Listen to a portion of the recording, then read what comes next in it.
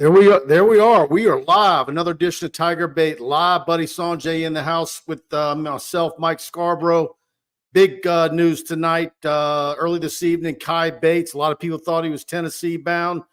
Started getting some feelings and some, I guess, a gut feeling early afternoon, mid afternoon that he was going to end up being LSU, and sure enough, he ended up being a Tiger, and that's another big commitment for LSU, a fourth cornerback in the class for 24, 20 commitments going into Friday's big splash event at LSU. And it's a big recruiting weekend for a lot of schools in the SEC that are hosting similar events. We'll talk about that tonight on Tiger Bait and a lot more. Football practice starts next Thursday. We'll see what the practice schedule looks like.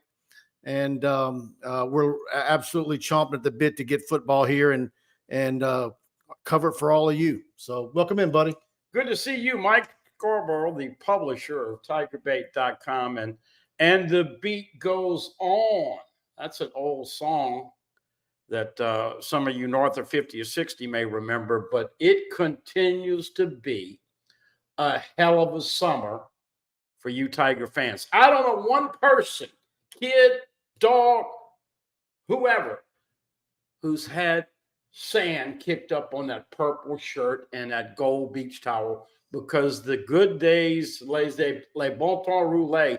I remember the first time I told Chris Feller that many years ago, and he now he says it all the time. He says it all the time. Although, if you notice, my buddy Chris Feller says by O instead of by you, but I can't get him to right. But look, another football commitment. Jay Johnson, the hardest working man in college baseball, trying to get in two-way player Braden Montgomery. And right now, your buddy Kendall Rogers says they lead for Luke Holman, one of the better pitchers that Alabama had. By the way, only one freshman recruit taken to the pros, everybody else coming. And Travinsky, Milazzo back. I mean, it is a good time to be a Tiger fan. And new heights and weights. I'm a football roster nerd, as you know. And so I've got some updated heights and weights. Jaden Daniel now listed at 6'4", 210. Oh, by the way, Mason Smith, 5 more pounds, 6'6", 315. But Lance Hurd now 6'6", listed at 340 pounds. And on this Wednesday night, I'm going to say, everybody, when we go out there next week, is going to say 53 is huge. And I need to do like Emory Jones. Lose 10 pounds. Yeah. Well, we all need to do that. Emory Jones lost from 325 to 315. Will Campbell still 6'6", 325. And finally, number 69, Charles Turner, at least if you can believe the heights and weights, has made it to the 300-pound club. He is now at 300 pounds. Dellinger, of course, in the 320, 325 range. And Miles Frazier at 335. So, Mike, you're talking about an O-line that's going to average 6'5.5", 320. And we're going to see how much of a road graders they're going to be this year. All right, guys. You know the drill. If you're enjoying the show, please hit that like button. Go share the show link on your Facebook page. Please tweet it out. Text it to your fellow LSU friends. Let them know about the show. We're going to go to about 9 o'clock tonight. If you're enjoying the show, hit the like button. If you're not already a subscriber to the YouTube channel, please hit that subscription button and the notification bell. You're going to want that notification bell once the practice reports start up next week.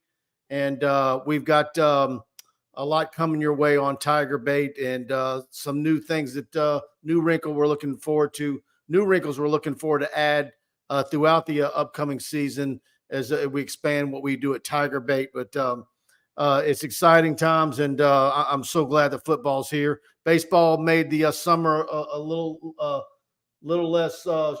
Faster, for sure. Yeah, shorter. And so it's here. Kids are going back to school in a couple of weeks for the most part. And once again, everybody coming off their vacations. Look, Mike and I are workers. We love what we do.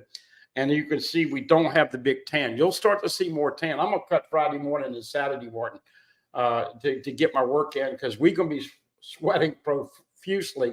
I still contend. Going to go in at 7:55 to 8. Yeah, we go out there for We wait at the fence maybe 15 minutes. We go out there. What do we get? 20 minutes. Then we do our post game, and that's another, our post report. That's another 15 to 20. And we're sweating like crazy. So imagine what it's like being a football player running around out there. So we complain about it like a bunch of candies. And imagine doing it in full pads. It's been a brutal summer for heat. By the way, praise the Lord, I got a shower at my house about 7 o'clock, and it was much needed with the grass and cooling things off. So we have a little bit of a cooler night.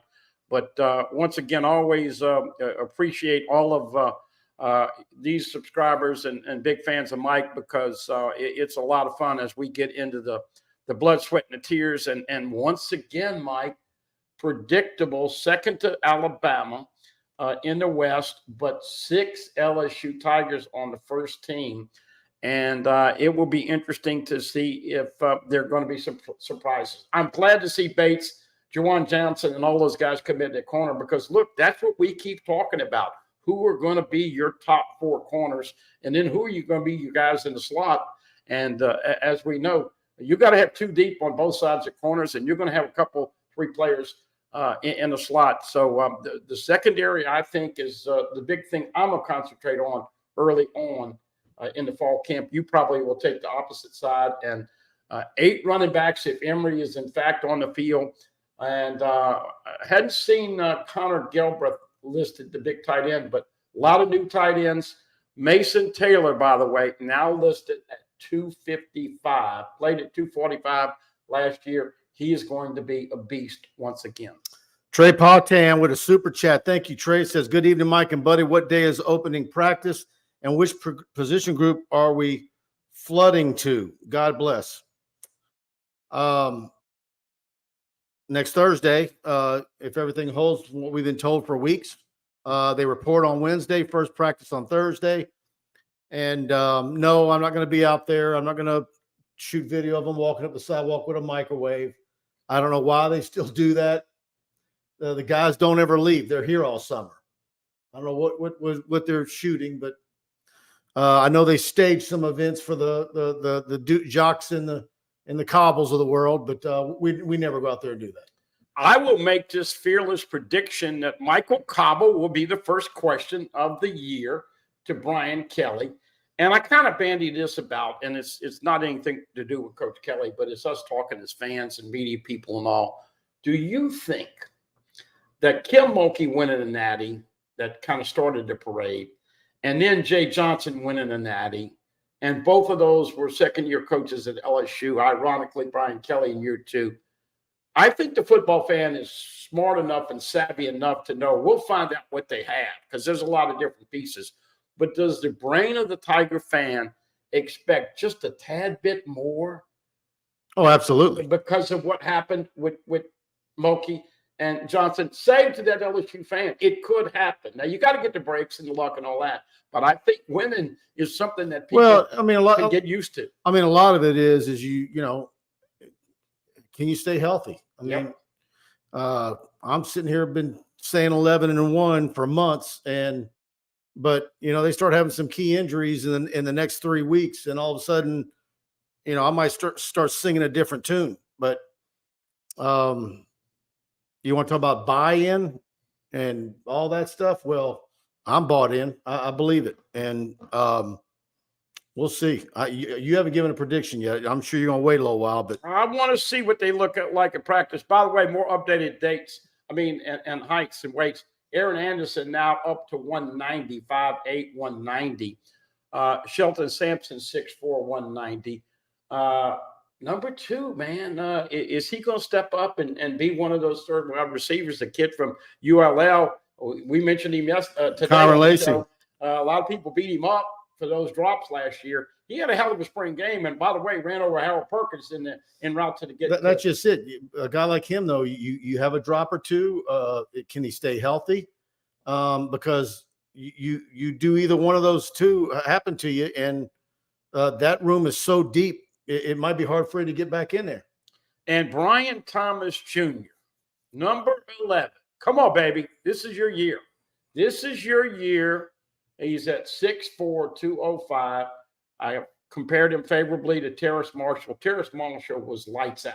Now, he had Jets Jefferson and Jamar Chase, so he had a lot of one-on-one coverage. But I'm hoping BTJ is going to really reach his potential this year. All right, guys, let me scroll up and get some more of your comments. Trey, thanks again for that super chat. American Patriot with a go Tigers. Roger Ramjet says, good evening, fellas. Always enjoy the show. Go Tigers. Big Cojones Keller. Good evening, Mike and Buddy and fellow Tiger Baiters. Hashtag BK Takeovers. Hashtag Go Tigers. Mario's Crystal Ball. We're entering the golden age of LSU sports. I guess they've been there. Maybe they went out a little bit, and yeah, it's back there again. I mean, it's been an incredible first 20 years of the century plus. Absolutely. Hal Jubin, Tennessee fans are melting down tonight. Life is good.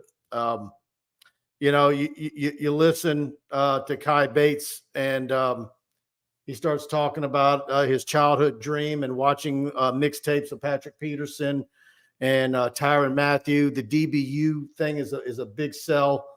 And, we start talking about this upcoming season and what are the question marks.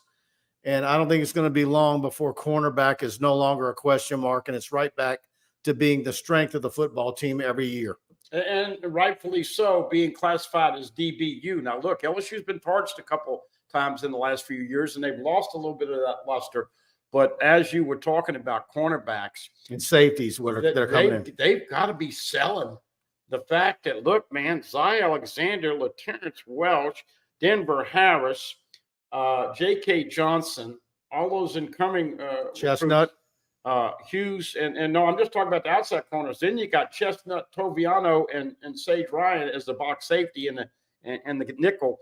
But you got to be selling the fact that, look, guy, you come over here, you got a chance to play next year at corner. It's etched in stone.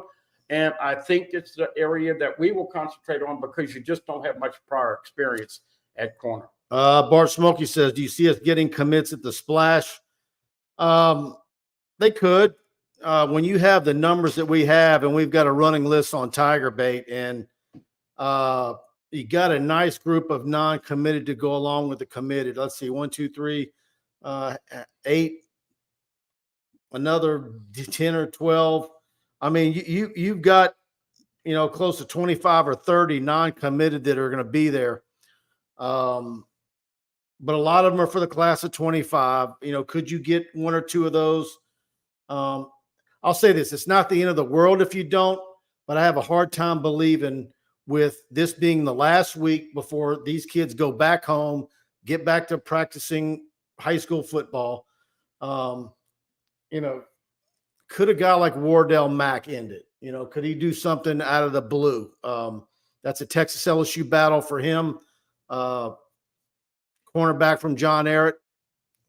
And how does that look now to him when LSU's got 4 cornerback commits? Well, I asked you today if these social media, I don't know what you want to call them, but it's a group and former players and the Honey Badger and all of them, you start texting. And of course, you did that with Singleton and it came through with a commitment, and waiting on Wardell right now is kind of cool.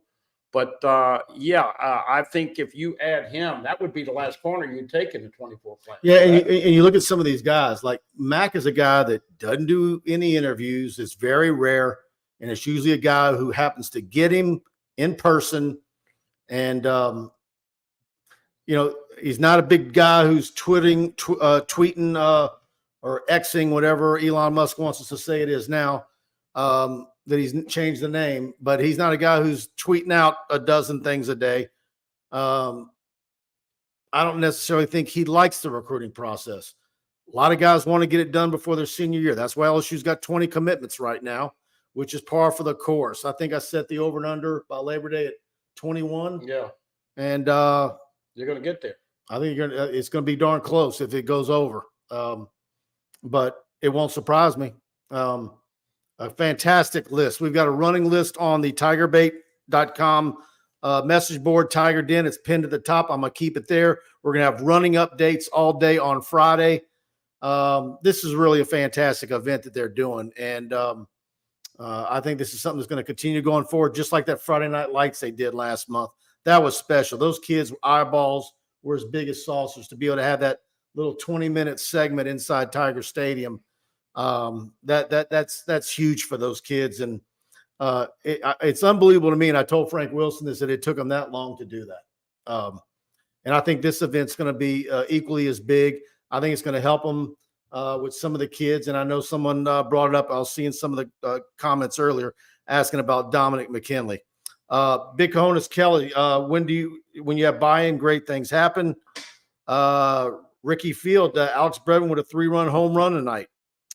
Fat Man Plays. Acadiana High School have 2 players at the Bayou Splash. 5-star defensive tackle Dominic McKinley and Russell Babineau, the 2025 wide receiver. Who you like? I like him a lot. Yeah. And when I was there at their last spring practice. When I was there, Oklahoma and Ohio State assistant coaches were there. And Babineau looked a lot more polished and physically better than he did when I saw Acadiana at Karen Crow last football season. And I think he's special. He reminds me a bit of Skylar Green. Very good in open space, and he's got a burst. He can put his foot down and make a cut. And if he continues to show good ball skills, I know a lot of people said maybe he didn't have great hand. I'm anxious to see what Acadiana does in that offense this year because, Acadiana has been running that veer for years. I think they have more of a passing game. They got a really good quarterback. That week 1 game with LCA is going to be fantastic. That's going to be a big game to start the season. All right, let's scroll down here. Brandon Reese stealing baits from the backyard of Florida and Florida State is already huge, but getting him to come to LSU compared to some other big-time programs is even more impressive. Chose LSU over not just Tennessee, Alabama, Ohio State, Florida State, and he had many other offers. It is a nice get. I was very impressed with that young man's little ceremony tonight. Chris Scott, BK just offered Gabriel Relaford and Joseph Cryer. He was serious about locking down Louisiana. Yeah, I'm gonna jump on that as soon as the show's over with. Someone already asked when fall camp start. We said that's next Thursday. Getting Gabriel Flip from A&M would be something. All right, let me scroll down. Brandon Reese says Spates and Perkins will be fun to watch this year. Who's that? Brandon Reese says that Spates and Perkins will be fun to watch. We talked about it on the show today. Look, LSU's not going to play 3 linebackers a lot. It's mostly 4-2-5, and you do get in a dime at times. But, man, Omar Spates still listed at 6'1", 235. Harold Perkins hadn't gained a pound, 6'1", 220. And, of course, Greg Penn, the third in the 235 range. Those are your 3 inside backers. You got a couple of guys with the Weeks brothers also inside. I like Omar Spates, man. If you took me to Vegas and said who would be your starting inside backers game 1 the night of September 3rd, I'd have to go with number 4. And, of course, Omar Spates, who is wearing number 1 this year. Penn's still wearing 30, and he's second leading tackler coming back, I think. But they liked what they want. Watching the film of the Alabama replay, it was on the SEC network, you forget how damn good Harold Perkins is when he is a spy. Man, you can go back to the Arkansas game, but he literally had Bryce Young looking out of the corner of his eyes saying, where's that son of a gun 40 coming from? And he doesn't miss when he chases you down. That obviously is something we'll be watching in fall camp. Can he transition, pick up the A-gap, and be tough to stop the run up the middle, and then use his speed to get the pass rush? But you forget how good a spy he is at that inside linebacker spot. Absolutely. Andy Whitaker says, I know it's exciting to get commits, but I've gotten to where I don't care anymore until signing day. These kids change their minds too much. We talked about that on Buddy's show earlier today. Yeah. You can do everything you want. You can have recruited a kid better than any coach on any other staff.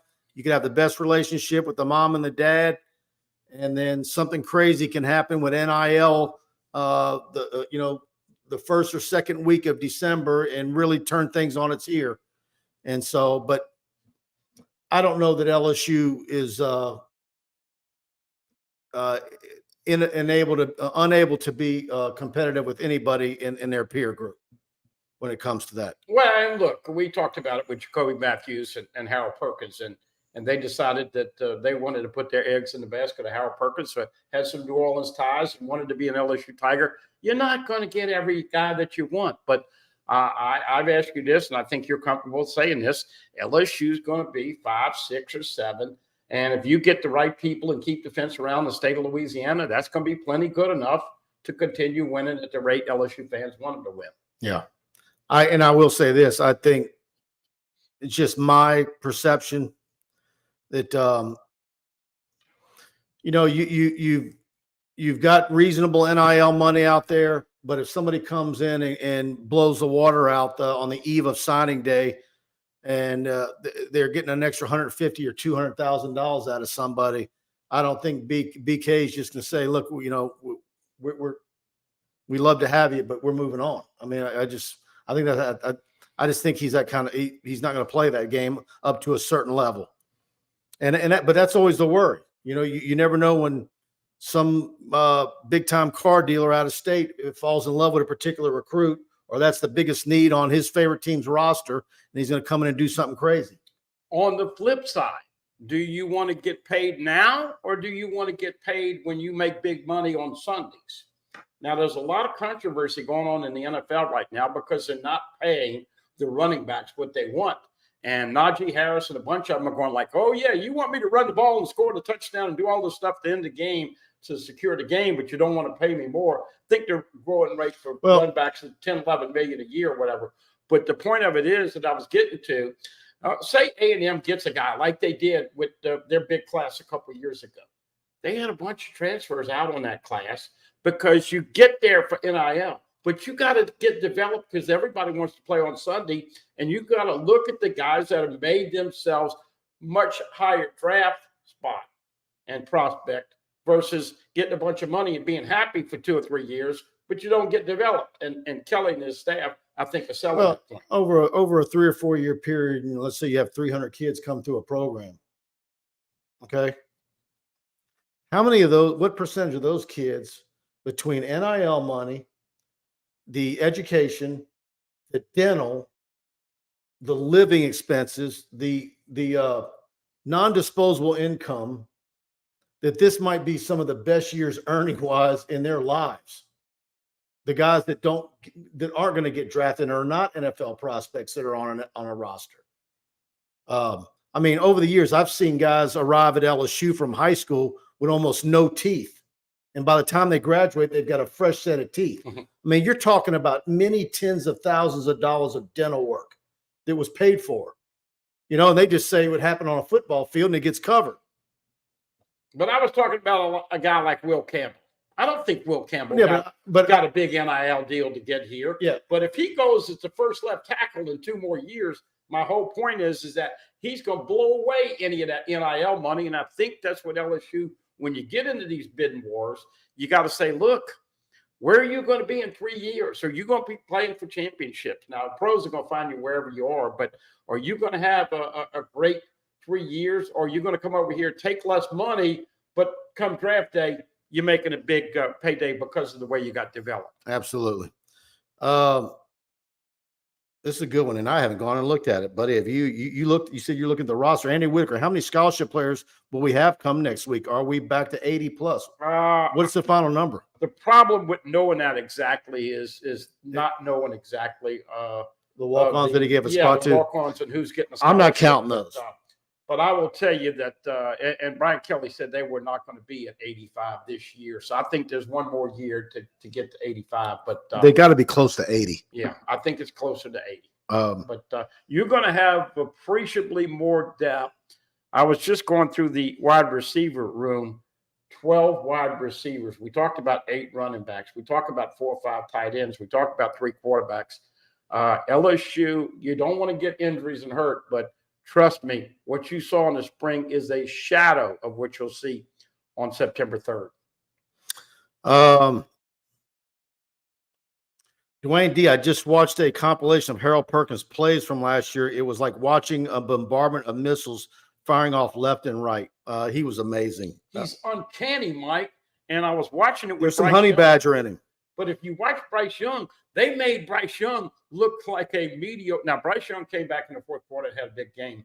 But my point is that Matt House and LSU had Alabama going WTF the first three quarters. Seriously. It'll be very interesting to see how he's utilized. Yeah. But he does not miss when he locks in.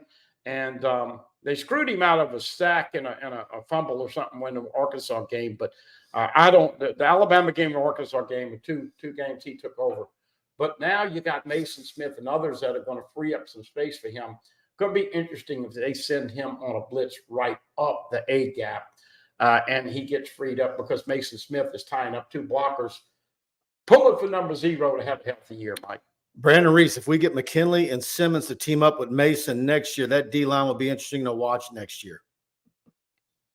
Well, Mike's favorite player, Savion Jones, is now listed at 280. Ovio Gofu, who's going to be opposite him on the right side, is 250. And as we know, Braden Swinson and other guys, there's going to be a lot of depth on the defensive line. But, yeah, you don't want to lose McKinley, a guy in the state, and obviously Colin Simmons. Mike still thinks at this point Texas has a lead. He's coming here this weekend, well, correct? I'll say this. I've got a guy in Texas who doesn't play the homer game. He's ear to the ground better than anybody in that state when it comes to recruiting. And he says he just doesn't see – he sees it's Texas for Colin Simmons. Yeah. But that's kind of been the thought for a long time by a lot of people. But the kid keeps coming on his unofficial visits. And what do you always say? It's like – watch what he does, not what he says. Right. And it's like, well, if a kid knows he's going somewhere, why would he keep doing that? I mean, it's not like there's nothing to do. It's summer school. It's summer. You know, hell, the way Brian Kelly is, he could have a date with Livy Dunn and Bayou Barbie this time. Yeah, you know, first time he came over in the spring, Joe Burrow, Chase, all that. I think the kid loves LSU, wants to come to LSU. Texas is going to make it hard for his mom and daddy, not for him to. Well, and you want to talk about expectations? Are LSU fans? You talking about melting down and Vol fans tonight? Are LSU fans going to be upset if they don't get Simmons or Caden Durham? You know, Durham with his ties to Oklahoma, his mama, a track athlete there, been going to Sooner games his whole life right there in Dallas where they, you know, have the game every year. And you know, that's tough. You know, do they go over? Do they split and get one of them? I think it's a major win if they get one of them. I don't think they go 2-0. Yeah. But there's it might be with the highest odds or that they go 0-2. Yeah. Well, those are two kids from Texas, and obviously that would be Lanyap. But that's great. But I will say this: let's say they do go 0-2. The fact that those kids made all the visits that they did, and LSU's been in it better than anybody outside of that, with the normal schools, Oklahoma, Texas A&M, that speaks volumes about how great this staff is recruiting at LSU. And look, not hedging the bet here, but Durham you want. But the state's got a bunch of running backs for the 25 class, Harlan Berry, Simon, and others. So if you miss on him, it's not that big a deal. I don't think they have a player that they have on the roster right now like Simmons, but trust me, they'll have great rushers from the edge. They're going to recruit him. But I think the kid wants to come here. I don't think Texas is going to let him get out of the state. His parents, they would literally have to move to Louisiana if that kid signed with LSU. Stephen Cubbett with a super chat. Big thanks. You didn't leave a question or comment, but if you have one, post it down below, and I'll be sure to get to it. But thanks again for that. All right, guys, it's that time of the show. I need to talk about our dear friends over at Pride Roofing. Let's go ahead and hear from Mike and Alex.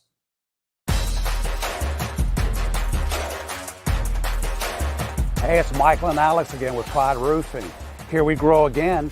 Did your roof get denied during Hurricane Ida? The insurance company is playing game with you. Don't forget, August 29th is your 2-year anniversary to make a claim. Your neighbor got new roof. Why not you?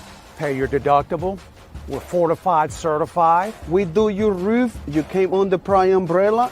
Bet on Pride. 855 Pride 16. Okay, I talked to Mike Faraday about 90 minutes ago. He tells me that they're running a special right now on shingles, 20% off. They've bought so many 18-wheelers full of shingles because of some of the tropical storms, the hail damage that was suffered, particularly in the Florida parishes and on the North Shore. And they are way overstocked. On top of that, he's got like 3 or 4 more 18-wheelers coming in, but because he said shingles are going up in price, so he bought as much as he could at the current price. So right now, Pride Roofing, 20% off on their shingles. So give them a call for your free roof inspection. Tell them you heard about them on TigerBait. And by saying that, they're going to give you free TigerBait premium for a year. They're footing the bill. That's a $99 value. And so jump all over that. Call them at 855-PRIDE-16. And look, we talk about it, residential, commercial, and obviously metal roofing. Very hot right now with the acquisition of Crown Metals. It has totally changed the metal roofing game. They have done an incredible job. Got a concrete company also changing things up, as you alluded to. Shingles with the 20% discount. We talked about, and, you know, I haven't knocked the sound over in a couple of months, so I'm due to do that soon. But we talk about this word right here, and I mentioned, I pointed to the camera and said, Brian Kelly's going to bring back the pride of LSU football. Little did we know Kim Mulkey would win a natty in year 2, and Jay Johnson would win a natty in year 2. The bottom line is that the roof over your head is just as important, if not more so, than the roof over theirs. Give them an opportunity. They're going to get there early, especially with this heat. You know you're going to start working on the roof probably 7:30. Get it done. And once again, 275-2041. Mike Kirby, Vernon, all those guys working hard in Baton Rouge, 855-PRIDE-16, everywhere else. And they are very happy that we've avoided any problems with hurricanes or tropical storms, but we still have plenty of time for that. Well, yeah, but I saw yesterday somebody locally, a meteorologist or one of the federal guys was saying they want to extend the hurricane season. They what? That they want to make it longer, that they want to extend the length of it. Well, usually you worry about those things coming in right when that first game is coming. I remember we went to watch LSU in Oregon. Say a prayer. Look, we went to watch LSU in Oregon and Dallas, remember, years ago, came back, and it was Tropical Storm Lee. Girlfriend had some damage and trees down. So bottom line is, give them an opportunity. You won't be disappointed. All right, guys. Stephen Cubbett, who gave us a super chat, says, I saw Florida State and had 5 of the best players in the ACC. Is Florida State a top 5 team? No, they're not right now, but let's say they were to upset LSU again, or you know, I don't know, I say upset. What's the line going to be on that? Even or near it? LSU's a slight favorite right now. I think it's early to put your finger on whether it's going to be 1 or 2 or 2.5. But if they were to win that game, then they would start inching themselves up. And the same if LSU wins, they're going to start inching themselves up. Where do you think LSU is in the first AP poll? And that usually comes out about August the 11th, so we're a couple of weeks away from that. I think LSU is going to be 6 at the apex, or 7 or 8, and I think they're 6 or 7, 9 or 10. So 7 and 10, 6 and 9 type of game. It's the marquee game of the first weekend. But I think Florida State's a top 10 team, right around 10. But they'd have to beat LSU to get up in. Heck of a quarterback, and they're in the ACC. Look, they got a lot of wide receivers, big wide receivers. LSU's going to have to tackle. They're going to have to get pressure on Travis. He's an excellent quarterback. Yeah, Dwayne D says Pride Roofing might not be running an overstock special for long with the high temps in the Gulf, unfortunately. All right, let's see.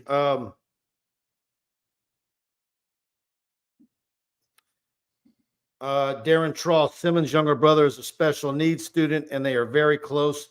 Would be surprised if he leaves. Yeah, there's a lot of factors. Yeah, there's a lot of things. And it's like, look, the same things that we say about Dominic McKinley. You can't let that one get away. No way you do everything possible. Well, that's what they're doing in Texas for Simmons. It's no different. He's He's a type of prospect that comes along every couple of years in a state like Texas, but he's the guy in this class in that state. But again, he keeps coming. And here's something else that we've seen a lot. It seems like it happens more and more every recruiting year, where you hear about family members moving with the prospect to the city where he's playing college football. Trust me, if Colin Simmons signs with LSU in December, their family will have a backlash that they would not want to be, I would say, enjoying Christmas in Texas. Blaine Smith, if you get Colin Simmons, you make a huge statement that we can close on elite recruits. That would absolutely be, regardless of where LSU would finish in the recruiting rankings at the end of the year, with what the haul could be in Louisiana, and then you add somebody like Colin Simmons, that's going to have every national pundit and everybody in the country with their eyeballs real big. You already had one of the closest votes for first and second place in the SEC West. And there's a lot of fear about BK after he won the West in year one with a good bit of missing pieces and beating Alabama in year one. And look, I think it's hard to quantify about BK and this staff and big-time recruits. I mean, Deshaun Womack, I'm pretty sure was a high 4 or 5. I think Jackson Howard, of course, who's lining up at linebacker. He's 240. They loved him, what they saw in the spring. I'm a big fan of Javian Toviano. He's going to play in the slot. And here's the great thing about when you miss out on recruits, you have a chance to get the backdoor effect with the transfer portal. Deuce Chestnut's a damn good pickup on a cornerback. Mason Lunsford started 2 years at Maryland. So they're bringing in – look what Mekhi Wingo did his first year. Now, he got pressed into service, but my point is that I really put so much – effect and emphasis on recruits. You don't get a Colin Simmons, you might get a kid comparable who's played somewhere for a couple of years. And Jay Johnson's using that now. If he gets this two-way player from Stanford and this pitcher from Alabama after what he's already reeled in, they are going to be loaded once again in bases. So, look, you got 2 shots to get them. Recruits as a freshman, junior college, and then transfer portal. Absolutely. Okay. All right, let me get through here. And I guess in summertime, we got no PFM. We got no Mark Chambers. No, I saw PFM earlier. Okay. Look about Nurse Court. I think Nurse Court has found the love of her life, and so we don't get her except on the replay. Oh, boy. Court? Big Cojones Kelly, over and under at 28 high school recruits for 2024.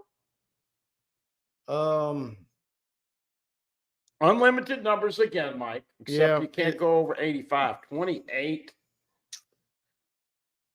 That sounds a tad high. I'd think it's under that. Yeah. You'll go through the season, and then it'll become a lot clearer. You think, you know, he's inching closer to where he doesn't need those big numbers, but then you don't know who's going to go pro early. Does somebody shock you and do something? Maybe they're on the bubble, on the edge. Someone hits a transfer portal that you wish they didn't. And then you're going to need to go, you end up going to the portal for a few more than you're thinking you do now. Excuse me. All right, let's go. Let's see. Yeah, Brandon Reese definitely need to have to keep McKinley home. Absolutely, guys. If you're enjoying the show, hit that like button, please. It helps us with the YouTube algorithm, and we very much appreciate you guys doing that for us each and every week. And hit that subscribe button if you don't mind. Alumni Hall. Tiger fans, you want to show your LSU Tiger pride? Alumni Hall is your ultimate shopping experience. The best and largest selection of apparel for the whole family. Nike Golf Champion, Columbia, Peter Millar, Southern Tide, hats, Yeti, gifts, and accessories. LSU students, faculty, and military receive 10% off in-store every day, and you can earn cash back with their Hall Pass rewards. Alumni Hall, located in Perkins Row, or anytime at alumnihall.com. Alumni Hall, where Tiger fans shop. an absolutely beautiful store in Perkins Road, jam-packed. They're getting in all the newest designs and everything you're going to want for football season. They're getting new shipments in every day. Be sure to swing by there, and please tell them that you heard about them on TigerBait. And Rachel and the staff over there do a fantastic job. We really do. I had a chance to talk to her a couple of weeks ago, and like I said, always give yourself a little bit more time. Look, it's always hell, depending on what time of the day. You're going over to Perkins Road. Perkins Road, folks. Bluebonnet and Perkins Road are a bottleneck most of the time, but once you get in there, you get to see. Every time I go in there, I see something different. And once again, a lot of stuff that you're going to want to get your hands on. And look, this is not just going to go away. You need to get the right cloth and the right type of shirt for football season, because I hate to say it, Mike, this is going to be one hot SOB season. If these last months, they've got the fishing shirts. They got the fishing shirts that are vented. They've got all that stuff. All your dry fit. They've got the hats to keep the sun off of you. And they're still adding baseball national championship gear. I saw new items that arrived. If you want the national championship logo on anything, it's there. And the Burrow gear is still selling. The number one jersey being sold is the Burrow, and the Burrow, if you want it with the EAUX, they've got those. They've got the T-shirts that look like a jersey that are less expensive. They've got it all for you over there at Alumni Hall in Perkins Row. Chris Scott, I watched Norvell today at Media Days. He's pretty confident. He's got an elite team, and we shall see. He's a darn good coach, and I think they're going to have a very good season. And they've done wonders in the transfer portal as well. Look, the two teams that you saw last year in the Superdome are not going to look anything like what you're going to see here on Labor Day weekend, that Sunday night. Travis is better.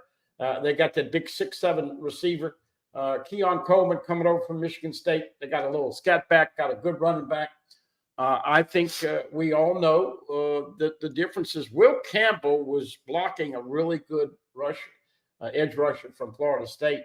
And Will had his moments, but he also got beat. LSU, Emory Jones didn't play in that game. So what I'm saying to you, and then Mike. Florida State is the second best team on LSU's football schedule. Going into the year, probably so, yeah. Alabama, Florida State, then who? Texas A&M or Ole Miss. I don't know who's going to win that battle. A&M's got to find a quarterback with Wegman. Ole Miss got to find some defense. But Florida State and LSU going to be a top 10 matchup. What if Ole Miss finishes ahead of A&M again? I don't know, but whatever Lane Kiffin did the night before on SEC Media Days, I wish I'd have been able to chronicle it, because he looked like he had been I love that guy. Shot at and missed and blanked at. He's fun. I think he's absolutely hilarious. Yeah. We don't have the Pirate anymore. Rest in peace. But it's good to have Lane Kiffin. I think once Hugh Freeze gets his bearing, he'll have some fun. But there you go. There he is. Paul Escon, Alumni Hall should cut a T-shirt deal with Travinsky. Yeah, I think Travinsky and them need to get the shirts in the store, and because I think they can move a lot more shirts if it's there where you can pick it up somewhere. And Travinsky coming back, Brady Neal coming back, Milazzo coming back, Javen Coleman coming back, Christian Little coming back, and only one freshman recruit going to the pros. Look, like we said, it's been a great time, and the Tiger fans love to. That Travinsky T-shirt's cool. That Travinsky T-shirt, it reminds me when I was I moved last month, and I'm going through a bunch of old boxes, and I found my Honey Badger shirt, the yellow one that said takes what he wants, whatever. Yeah. I found one, and it still looks brand new. That Travinsky shirt's right up there with that one as far as the homemade shirts. And then you have to go back years ago where they had one Corbello for Heisman. Oh, yeah, yeah. And of course, now his son is a walk-on kicker for LSU. Time is flying. Dwayne D., it's crazy to think that there were fans of the Seminoles. I know quite a few that wanted Norvell to tank so they could take a shot at Coach Prime. I'm I am very skeptical of what Deion Sanders might do at Colorado. By the way, big breaking news this afternoon. Colorado is flirting with the Big 12. Now, the Pac-12 has got a wacky commissioner, and they have not been able to lock down their TV rights deal. And as you know, Big 10 won up the SEC. We'll see what happens going forward when OU and Texas come in and what Sankey can get out of ESPN. But Pac does not have a solid TV deal, and there's a lot of rumors that Colorado could be jumping over to the Big 12, which was where they were.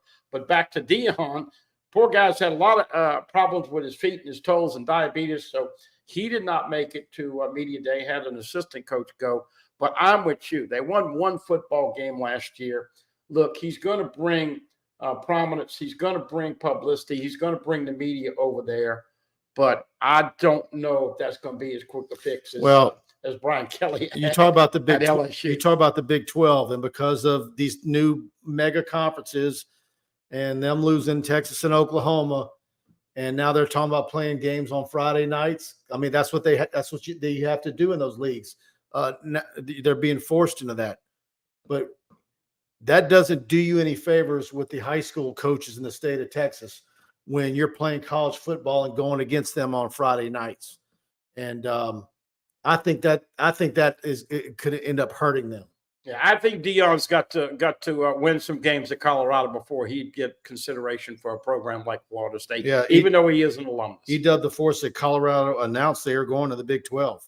What's that? He said they announced it. Is it so? He's saying it happened. Okay, it happened. Okay, I thought it might happen tomorrow, so maybe it happened a little early. But Paul Escon, ESPN may be in legit financial trouble. Oh, absolutely they are. That whole Disney on down, all the cuts that they made, all those staffers. I mean, look at the bloodbath a couple of weeks ago with everybody they cut loose, and some of it's a head scratcher with some of the names they cut loose and who they kept. Who's our guy from Georgia, the defensive end, early? David Pollock. A lot of people upset about Pollock and getting rid of Pollock, but keeping Heisman guy, Desmond. Yeah. Man, you were talking about a guy with some of the worst takes in all of football. Desmond Howard. Well, I have called them, and Paul knows this, but I have called them for years the especially stupid programming network, ESPN. Yeah, it is bothersome and worrisome, but I've asked some people, and they said, look, they're going to have plenty of money to pay off these contracts. But, man, look, it's getting harder and harder to make dollars and ends meet with these major leagues. Got I forgot if it was. I think that's. Remember last year when everybody was kind of saying Sankey signed too soon. Yeah, I think that's why he signed, because he knew what was coming. Well, he locked in a rate. I know, but he's locked into bed with just ESPN and the Big Ten's got 3 different networks. I would love to see. When CBS didn't want to go back in and go for it, I was hoping Fox would. Yeah. But I like the fact it was kind of split double duty. Bryant Miner, do you think Mac will be the Jacoby Matthews of this class, but going elsewhere? We'll see. This is a pivotal weekend. I look, because he's quiet, it makes everybody nervous. I know Frank Wilson and them are doing a fantastic job on him, but we'll see how it plays out. And they are 2 different players. But LSU does have Matthews is a bigger player, going to play in the box. Well, he's just talking about a big time guy that gets away. Do you think that kid wanted to sign with LSU, Jacoby Matthews? I do. And that's when they backed up the Brinks truck. I think his dad forced that. We'll see. That's my belief.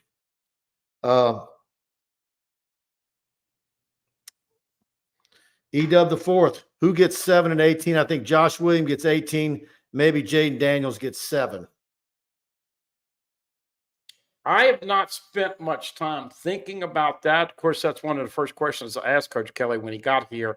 If that tradition, I don't think a quarterback changes his number. Okay. This was he said Jaden Daniels and Josh Williams. Yeah, he says he thinks Josh Williams gets 18 and maybe Jaden Daniels gets 7. Yeah, I don't know. Is Harold Perkins your most likely number 7 in the future?